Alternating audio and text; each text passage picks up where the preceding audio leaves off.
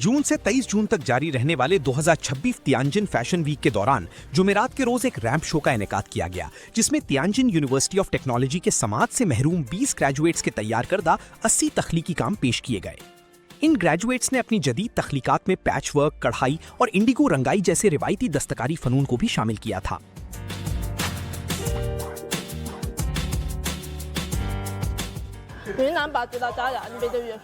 मैंने यूनान के बाई नस्ली बिरादरी के टाई डाई अनासर को मुंतखब किया।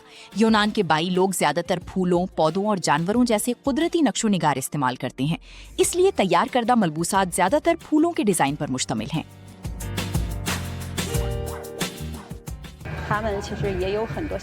इनके पास इजहार के लिए बहुत कुछ है।